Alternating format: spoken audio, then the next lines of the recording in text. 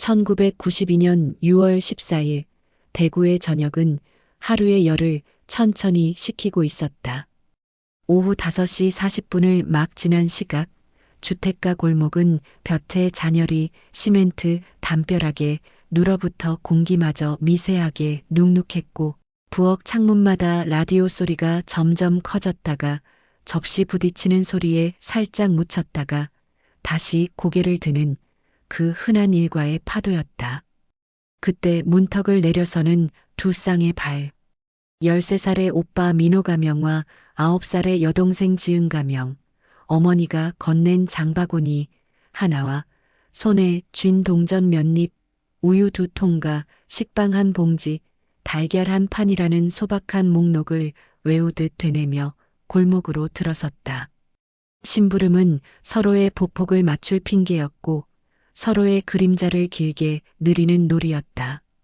짧고 안전한 길, 눈 감고도 걸을 수 있을 만큼 익숙한 동선, 누구에게도 위협이 될 것 같지 않던 저녁의 중심. 그러나 사건의 시계는 늘 평범의 정중앙에 침을 꽂는다. 아무도 경계하지 않는 곳을, 아무도 의심하지 않는 순간을. 파란 차양막이 드리운 동네 슈퍼는 늘 그랬듯 습한 냉기와 달큰한 과자 냄새를 섞어 골목으로 내보내고 있었다. 카운터 옆 얇은 철제 선반에 꽂힌 껌과 충동 구매용 장난감들이 어지럽게 기울어 있었고 냉동고 뚜껑엔 밤마다 얼어붙는 성에가 얇게 겹을 만들었다. 민호는 식빵을, 지은은 우유를, 둘이 함께 달걀을 들어 올리며 차례를 기다렸고 주인 박 씨가 먹는 습관처럼 합산 금액을 중얼거렸다. 우유 2통, 식빵 한 봉지, 달걀 한 판 거스름 돈. 얇은 영수증이 잘려나가 떨어지고 아이들은 고맙습니다라고 인사했다. 그 목소리는 기록되지 않았고 카메라도 없었고 아무도 그때를 중요하게 여길 이유가 없었다. 사건은 언제나 그처럼 아무렇지 않은 인사 뒤에 고개를 든다. 매장에 종이 한 번 더 올리고 두 아이는 비닐봉지를 나눠들고 문턱을 넘는다. 어둠은 아직 본격적으로 내려오지 않았고 가로등은 점등을 망설였다. 골목 어귀에서 이웃 중학생이 손을 들어 보였고 지은은 그 손을 따라 잠깐 쳐다보며 웃었다. 웃음은 공기 중에 머물렀다. 누군가는 그때의 웃음이 오래된 테이프처럼 희미하게 늘어진 상태로 지금까지 재생되고 있다고, 그래서 이 골목을 지나칠 때마다 가끔 낯선 기시감이 들곤 한다고 훗날 그렇게 말했다. 6시 반 무렵 옆 골목의 공중전화 부스 안. 네모난 금속판에 규격대로 박힌 숫자 버튼들, 굳은 때가 엷은 막처럼 덮인 투명 보호판, 동전 투입구에 색이 다른 금속 테두리, 반달 모양 윗부분이 빛을 딱딱 튕겨내던 수화기. 민호는 수화기를 들었다. 지은은 어깨를 민호의 팔에 바짝 붙였다. 손가락이 버튼 위를 맴돌고 숫자 하나를 누르려다 멈추고 다시 2번, 3번 누르고 마지막 하나를 누르지는 않은 것 같다는 증언. 그 증언은 며칠 뒤 다시 쓰여질 때마다 단어의 순서를 바꿨고 바뀐 순서만큼 사실은 다른 표정을 지었다. 그 전화가 연결됐는지는 누구도 모른다. 신호음이 울렸는지 잡음이 섞였는지 그 잠깐의 머뭇거림 사이에 부스 유리 밖으로 스쳐 지나간 얼굴이 있었는지.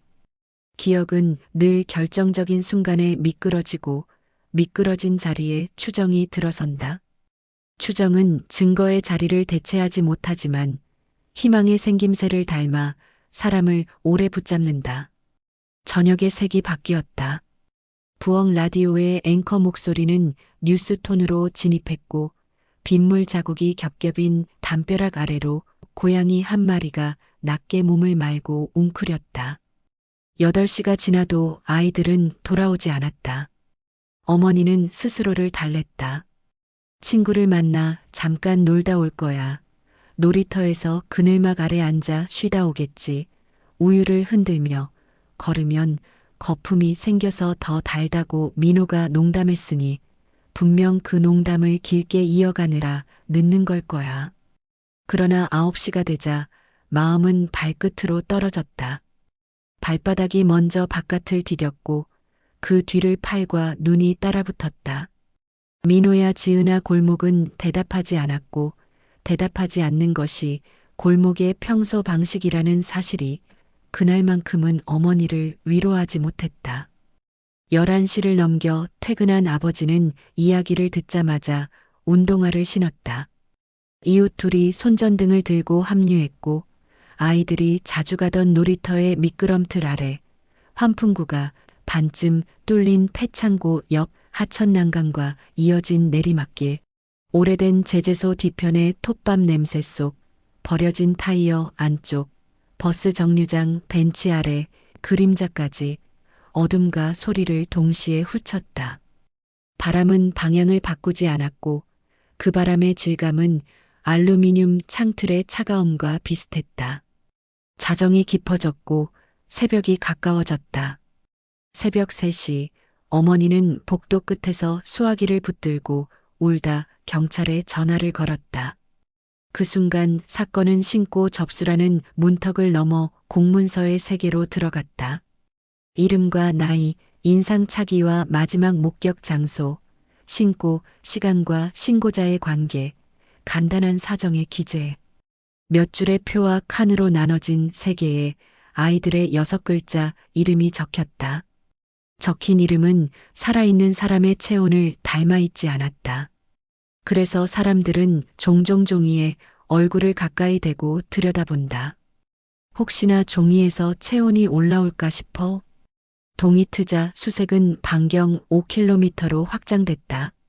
지도 위에 연필로 그은 원은 집 마이너스 슈퍼 마이너스 공중전화 마이너스 집으로 돌아오는 최단 동선의 불확실을 담고 있었다. 아침 7시 순찰차 스피커가 골목과 도로를 돌았다. 13살 남아 흰색 티셔츠와 감색 반바지, 운동화. 9살 여아 분홍색 원피스, 흰색 샌들. 확인하신 분은 반쯤 깨어있던 사람들의 의식은 그 문장을 늘려듣기도 줄여듣기도 했다. 어떤 이는 흰색만 들었고 어떤 이는 분홍색에 더 오래 머물렀다. 어떤 이는 샌들의 질감까지 상상했고 어떤 이는 그 색들이 합쳐지는 상상으로 아침을 건너갔다. 경찰견 2마리는 젖은 흙 냄새와 분리수거장 비닐의 매캐함을 번갈아 맡고 이따금 길게 하품했다. 매캐한 냄새는 사건의 시간이 아니라 도시의 시간이었고 젖은 흙 냄새는 밤에서 낮으로 넘어오는 경계의 냄새였다. 경계는 언제나 사건을 숨기기 좋은 지형이다. 점심 무렵 카메라가 왔다. 기자는 아버지에게 말을 걸었고 아버지는 고개를 저었다. 말이 아이들을 데려오지 못한다는 걸 누구보다 먼저 알아버린 사람은 말 대신 몸을 움직인다. 비어있는 손에 쓸모를 주기 위해서 다리를 굴리고 골목을 반복하고 반복된 길에서 새로운 것이 튀어나오지 않을까 하는 거의 미신에 가까운 기대로 하루의 시간을 쳐낸다. 어머니는 울며 카메라를 마주했고 스피커는 그 울음을 바깥으로 흘렸다. TV는 울음의 모양을 정사각형으로 잘라 거실에 나눠줬다. 낯선 울음이 각자의 방에 들어와 가구 사이를 돌다가 천천히 사라졌다. 사라질 때까지 누군가는 그대로 베란다 문턱에 멈춰 서 있었다. 화면 아래에는 전화번호가 깜빡였고 누군가는 그 전화번호를 종이에 받아 적었다가 아무 대도 걸지 않았다. 숫자들은 그날따라 낯설었다. 5째 날 파출소에 스스로 들어온 증언 하나. 검은 모자를 눌러 쓴 30대 중반의 남자가 공중전화 부스 근처에서 아이들에게 말을 건넸다는 이야기. 그는 손짓이 느렸고 목소리는 낮았고 웃지 않았고 다만 무표정이 웃음의 반대말은 아니라는 것을 아는 사람처럼 보였다고 증언자는 말했다. 경찰은 몽타주를 그렸다. 검은 모자라는 가장 흔한 단서와 가장 흔한 얼굴 윤곽. 전단은 흑백 복사기의 열로 가장자리가 살짝 말려 올라갔고 첨부된 전화번호는 잉크가 번져 어느 칸이 6인지 8인지 가늠하기 어려웠다. 모든 것이 흔하고 그래서 모든 것이 놓치기 쉬웠다. 사건은 흔함 속에 낮게 숨어 있었다. 일주일째 아침 슈퍼마켓 입구 옆 파란 차양의 그림자가 바닥에 사선으로 들이우는 자리, 오래된 쓰레기통 곁에 검정색 비닐 커버의 필통 하나가 있었다. 민호가 쓰던 필통, 지워진 글씨가 남긴 윤곽만으로도 이름을 읽어낼 수 있었다. 민호. 안쪽에는 잉크가 말라 딱딱해진 형광펜과 니브가 찌그러진 볼펜, 반토막난 지우개가 있었다. 지우개 면에는 흑연가루가 미세하게 눌어붙어 얼룩을 만들었고 그 얼룩은 숫자 7을 지우다 멈춘 듯한 각을 닮아 있었다. 형사 최가명은 그 자리에서 말없이 비닐 파우치를 꺼내 밀봉했다. 누군가가 의도적으로 놓고 간 흔적일 가능성을 입안에서 굴리듯 중얼거렸다. 의도라는 단어는 언제나 궁핍한 정의를 갖고 있다. 왜, 누가, 무엇을 위해? 답하지 못하는 물음 앞에서 의도는 금방 증발한다. 그러나 이 작은 물건 하나가 시간의 뒷덜미를 잡아채 다시 그날 오후로 끌고 가는 힘을 갖고 있다는 사실만큼은 부정할 수 없었다. 사람들은 필통의 등장으로 그날의 슈퍼 앞을 마음속에서 수십 번 더 지나갔다.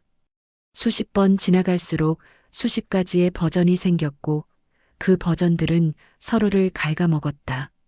시간은 사건의 날을 원점으로 삼아 다시 또 돌아왔다. 오후 5시 40분 문턱을 넘는 파란 차양막, 공중전화의 금속, 숫자판의 매끈한 표면, 동전이 투입구에 긁고 지나갈 때 나는 얇은 금속성 울림, 부스 내부 고무 매트의 오돌토돌한 패턴이 발바닥의 땀에 눌려 짧은 타원을 찍는 장면들. 같은 시간, 같은 각도, 같은 장면으로 돌아와도 사람의 눈은 매번 다른 것을 본다. 첫 번째 반복은 왜를 묻고, 두 번째 반복은 어디를 묻고, 세 번째 반복은 누구를 묻는다. 네 번째 반복에서 질문은 방향을 바꾼다.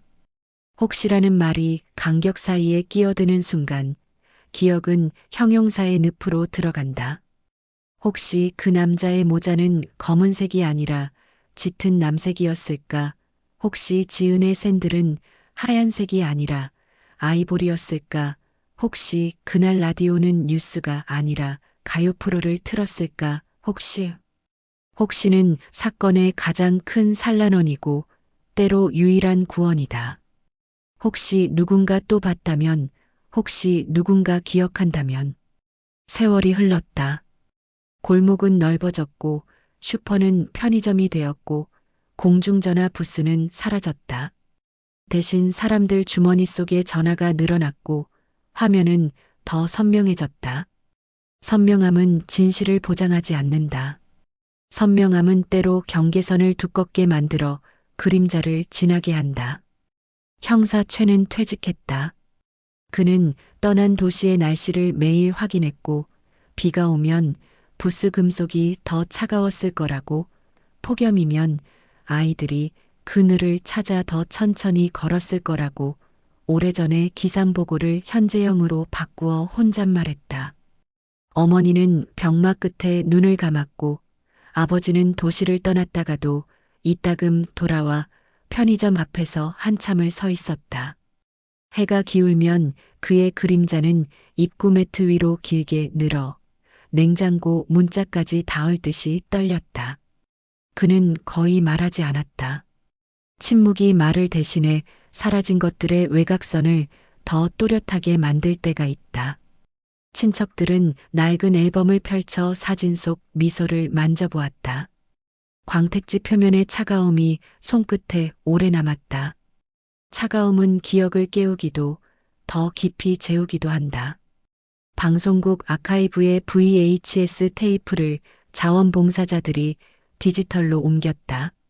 화면은 플리커와 잡음으로 덮였지만 그 뒤에서 울부짖는 어머니의 어휘와 인터뷰를 끝내 마무리하지 못한 형사의 입술과 파란 차양막이 바람에 살짝 뒤집히는 순간들이 여전히 살아있었다. 아직도 여전히 그런 부사들이 센터에 앉아 사건을 붙든다. 아직도 누군가는 보기만 하면 무너져 내릴 것 같은 글씨체로 아이들의 이름을 적고 여전히 누군가는 그 이름을 큰 소리로 불러본다. 부르면 돌아온다는 믿음은 근거로 유지되지 않고 리듬으로 유지된다. 그 리듬이 끊기면 도시의 어느 모서리는 영영 어두워진다. 우리는 끝내 확정할 수 없는 단서들 사이에서 한 가지를 부탁하게 된다. 그날 그 골목을, 그 시간대의 공중전화 부스를, 그 그림자를, 그 모서리를 당신이 우연히 통과했다면 혹시라도 남은 한 조각의 기억을 내어달라고. 완전하지 않아도 좋고, 틀려도 좋고, 부정확해도 좋다. 불완전히 모여 방향을 만든다. 누군가는 오래전 마을버스 기사로부터 들은 말을 덧붙일지도 모른다. 6시 40분쯤 골목 입구에서 두 개의 작은 그림자가 차 앞으로 뛰어드는 듯 보였고 브레이크가 반 사발만큼 덜컥하며 멈칫했고 아이들이 창문 위로 고개를 들었다가 옆길로 사라졌다고. 그때 샌들의 흰색이 유난히 반짝였다고. 그 반짝임은 혹시 가로등이 켠 조명이 아니라 공중전화 부스 내부 등에서 튕긴 빛은 아니었을까? 혹시의 지문은 다시 부스로 향한다. 부스 천장에 작은 형광등이 가끔씩 깜빡였다는 제보, 점검 스티커 한 귀퉁이가 들려 있었다는 수사 기록의 메모, 그 접착층을 손톱으로 살짝 긁어낸 자국처럼 보였다는 최애 뒤늦은 깨달음. 사소한 것들의 배열이 본질에 닿을 때가 있다. 배열은 의식을 필요로 하고 의식은 시간을 당긴다. 우리는 시간을 뒤에서 밀어 앞으로 보낸다. 과거가 현재의 기류를 타고 반복 재생되는 동안 어떤 프레임은 늘 조금씩 어긋난 채로 다시 나타난다. 그 어긋남이 사건의 입구일지, 출구일지, 또는 우리가 끝내 통과하지 못하는 막다른 골목일지 알 수 없다. 다시 오후 5시 40분. 장바구니의 끈이 손바닥에 얇은 선을 남기고 우유의 냉기가 비닐을 통해 손등으로 번지고 달걀 한 판의 미세한 흔들림이 발끝의 리듬과 미묘하게 어긋난다. 지은이의 샌들은 굳은 살이 덜 오른 새 신발의 경직으로 걷고 민호의 운동화는 신발끈을 너무 세게 묶어 발등이 살짝 조여든다. 슈퍼 문턱의 금속 모서리는 그 작은 중량들을 아무런 감정 없이 받아내고 종은 짧게 울렸다 멎는다. 비닐봉지의 바스락거림이 리드미컬하다. 그 리듬은 공중전화 부스 안의 신호음과 겹칠 수 있었지만 우리는 그 신호음을 들었던 적이 없다. 우리가 듣는 것은 언제나 사라진 뒤의 울림뿐이다. 울림은 원의 바깥에서 안쪽으로 들어오지 못하고 바깥에서 바깥으로만 번진다. 그래서 반복은 확장을 만들지 못하고 대신 짙어짐을 만든다. 짙어짐은 색과 소리와 냄새의 농도를 올리지만 점점 더 모호한 중심을 남기고 그 중심은 가끔 우리를 불러 세운다. 가끔 밤의 끝에서 현재가 깜빡이며 켜진다. 편의점 유리문 자동 센서가 따닥 소리를 내며 열리고 냉장고 팬이 규칙적으로 돌아가고 야간 근무자는 매대를 정리하다가 문득 입구 왼쪽 바닥을 내려다본다. 그 자리에 검정색 비닐 커버에 무언가가 누워있던 듯한 착시가 지나간다. 착시의 재료는 기억이고 기억의 재료는 이야기가 된다. 이야기는 때로 증거를 대체하고 때로 증거를 향해 길을 낸다. 다음 날 아침 야간 근무자는 그 이야기를 동료에게 건넨다. 동료는 고개를 끄덕이며 말한다. 나도 어제 비슷한 걸 봤다고.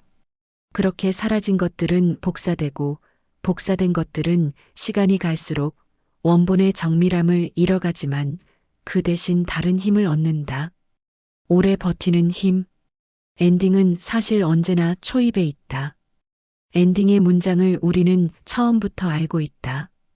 이 이야기는 실화를 바탕으로 재구성된 가상 다큐멘터리입니다. 모든 인물과 지명은 가명이며 특정 개인이나 기관과의 관련이 없습니다. 그 문장을 우리는 이미 알고 있었음에도 불구하고 끝에서 또 읽는다. 끝에서 읽을 때 문장의 의미는 달라진다. 가명이라는 방패는 누군가에겐 보호지만 누군가에겐 다시는 닿을 수 없는 거리이기도 하다. 거리가 생길수록 사람은 더 큰 목소리로 이름을 부른다.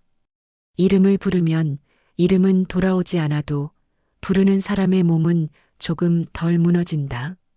그래서 우리는 마지막으로 조심스럽고도 단호하게 부탁한다.